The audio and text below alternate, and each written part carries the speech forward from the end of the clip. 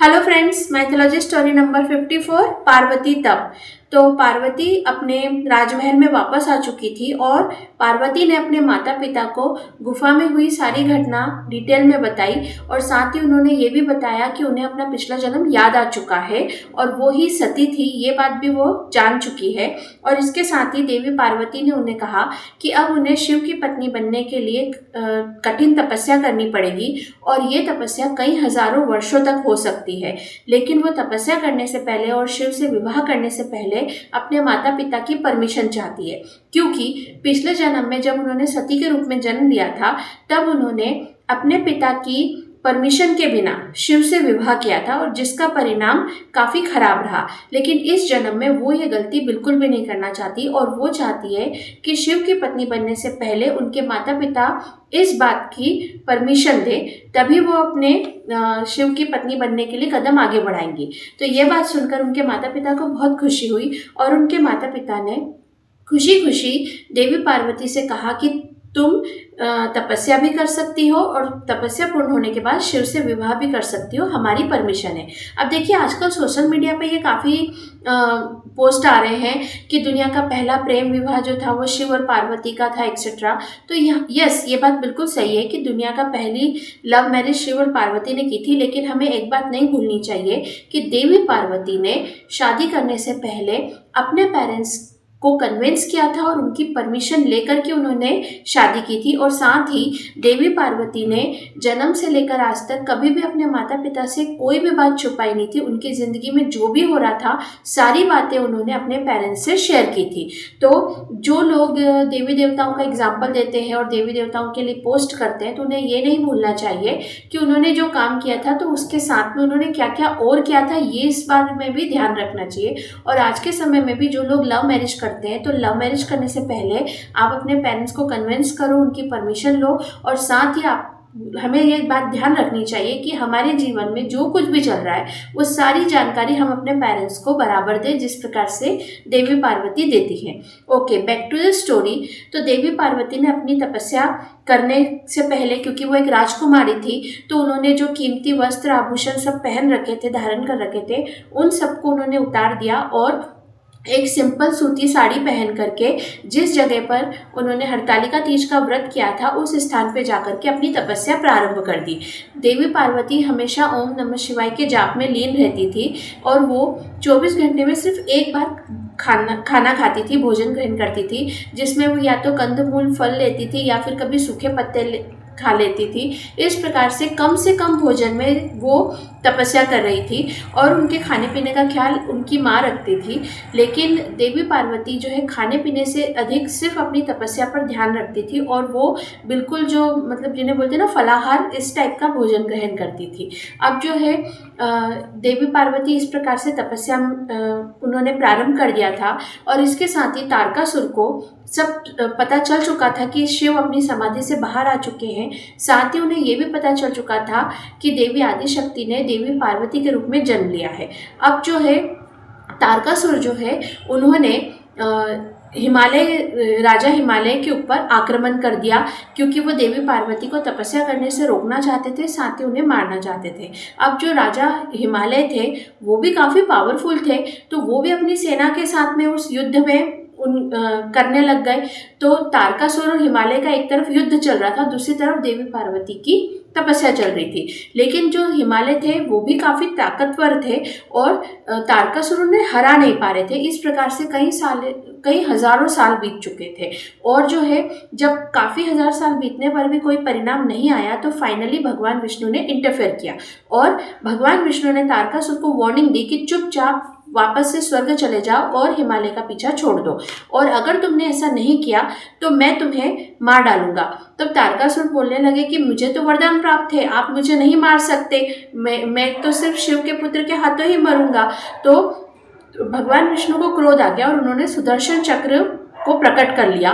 तो जैसे ही उन्होंने ऐसा किया तुरंत शुक्राचार्य वहाँ प्रकट हुए और उन्होंने भगवान विष्णु से प्रार्थना की कि आप प्लीज़ इन पर सुदर्शन चक्र का वार मत कीजिए, मैं तारकासुर को यहाँ से वापस भेजता हूँ। और उन्होंने तारकासुर को बोला कि तुमको बिल्कुल भी अक्ल नहीं है क्या? क्योंकि ये जो है भगवान विष्णु है, और तुमने अगर ये सोच लिया कि भगवान विष्णु और भगवान शिव अलग अलग है, तो ये तुम्हारी वही गलती है जो प्रजापति दक्ष ने की थी। क्योंकि ये त्रिदेव जो है, ब्रह्मा विष्णु और शिव, ये अलग नहीं है, ये एक ही है। और अगर भगवान विष्णु को क्रोध आ गया और अगर उन्होंने सुदर्शन चक्र का वार तुम पे कर दिया, तो तुम्हें कोई भी जो वरदान है वो बचा नहीं सकेगा, तुम्हारी अभी इसी वक्त मृत्यु हो जाएगी।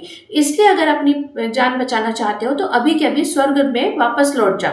तो ये धमकी सुन करके तारकासुर जो है अपनी सेना के साथ वापस स्वर्गलोक में चले गए, और उसने हिमालय का पीछा छोड़ दिया। उसके बाद में पार्वती की तपस्या कंटिन्यू चल रही थी। अब देखिए, अलग अलग पुराणों में अलग अलग टाइम पीरियड लिखा है। जैसे किसी में लिखा है कि देवी पार्वती ने 16,000 सालों तक तपस्या की, किसी में लिखा है कि 60,000 सालों तक तपस्या की। लेकिन ये जो तपस्या थी ये कई हजारों सालों से कंटिन्यूसली चल रही थी, और जैसे जैसे उनकी तपस्या के साल बढ़ते जा रहे थे, वैसे वैसे देवी पार्वती जो मनुष्य रूप में थी वो काफ़ी पावरफुल होती जा रही थी। उनके अंदर देवी आदिशक्ति की जो पावर्स थी वो एक्टिवेट होती जा रही थी, और उन्हें अपने आप पता चलते जा रहा था कि अब उन्हें आगे क्या करना है। कई हजार सालों की तपस्या के बाद वो दोबारा से अपने राजमहल में आई अपने माता पिता से मिलने, और उन्होंने कहा कि अभी तक मैं काफ़ी हद तक तपस्या कर चुकी हूँ और काफ़ी हद तक मैं देवी आदिशक्ति की पावर्स को हासिल कर चुकी हूँ, लेकिन अब मुझे कठिन तपस्या करनी है, अब मुझे निर्जल तपस्या करनी है। और मैं इस बार जब तपस्या में बैठूंगी तो जब तक शिव मेरे सामने प्रकट नहीं होंगे तब तक मैं तपस्या से उठूंगी नहीं, और मैं अन्न जल कुछ भी नहीं ग्रहण करूंगी।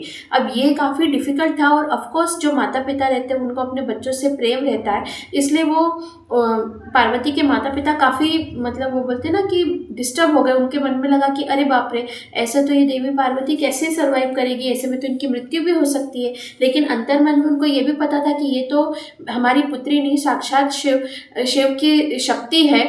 तो इस तरीके से उनके मन में एक दुविधा हो गई थी, लेकिन फिर भी उन्होंने उनको आशीर्वाद दिया कि हम तुम्हारे इस तपस्या में भी तुम्हारे साथ में है। और ऐसा कह के वो देवी पार्वती उनसे विदा लेकर के कैलाश पर्वत की तरफ चल दी। अब जो है हिमालय और मैनावती काफ़ी परेशान हो रहे थे, क्योंकि उन्हें अपनी बेटी की बहुत फिक्र हो रही थी। तो उन्होंने उनकी सहेलियों को बुलाया और कहा कि देवी पार्वती के पीछे पीछे जाओ और देवी पार्वती को किसी तरह कन्विंस करके ले आओ कि निर्जल तपस्या ना करे, क्योंकि अगर वो तपस्या करना चाहती तो कम से कम एक समय का जो वो भोजन और पानी ग्रहण करती थी वैसे ही करते हुए तपस्या करे। तो जब जया और विजया पार्वती को के पीछे जाने लगे तो उनकी जो बाकी की जो सहेलियाँ थी, टोटल जो 64 उनकी सहेलियाँ थी, वो सब के सब उनके पीछे जाने लगे।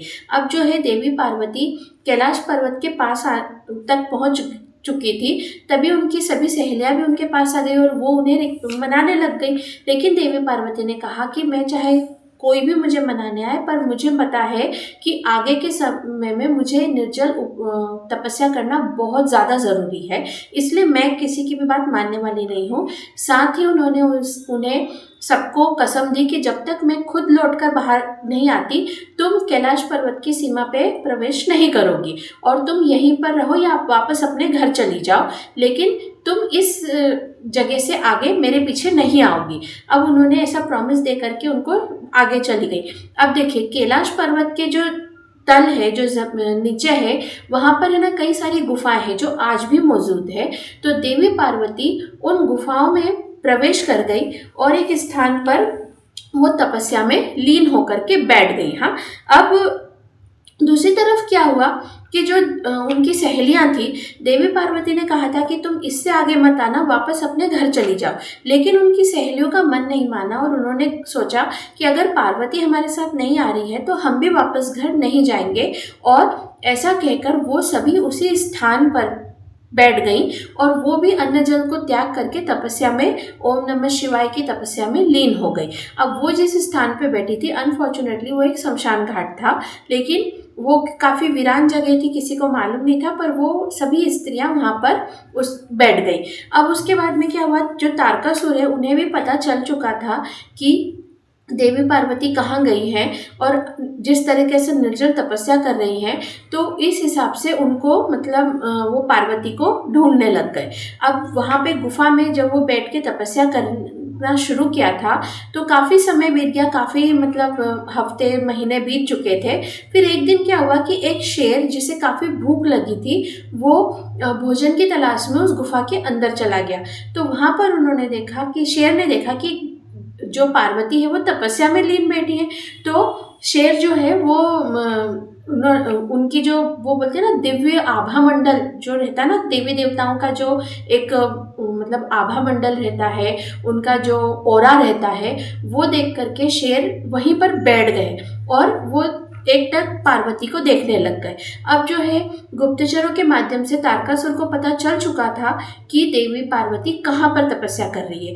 तो वो क्या करते थे, जो राक्षसों को पार्वती पर आक्रमण करने के लिए भेजते थे, लेकिन वो ये भूल गए कि वो जिन पर आक्रमण करने भेज रहे हैं वो साक्षात शक्ति है, देवी आदि शक्ति है, उनको कोई कैसे नुकसान पहुंचा सकता है। लेकिन जब भी वो किसी को भेजते थे तो वो जो राक्षसों को जिसे भेजते थे तो शेर जो है वो उन्हें खा जाया करता था और देवी की जो ऑरा था, जो दिव्य आभा मंडल था, उसका इफेक्ट उस शेर पर भी पड़ रहा था और वो शेर जो था वो एक तरीके से मतलब हिप्नोटाइज होकर के अपनी देवी पार्वती के पास ही बैठा रहता था। और इस प्रकार करते करते कई हजार साल बीत गए, मतलब टोटल 3000 साल बीत चुके थे। और इन 3000 सालों में क्योंकि वो देवी आदि शक्ति थी, वो तो तपस्या में लीन थी, पर उनकी जो सहेलियां थी वो वहीं पर बैठे बैठे वो मर चुकी थी और उनकी जो बॉडी थी वो पूरी तरीके से डिकम्पोज होकर के वो एक कंकाल बन चुकी थी। तो ये स्टोरी अभी यहीं एंड करते हैं, मिलते हैं नेक्स्ट स्टोरी में। Okay bye.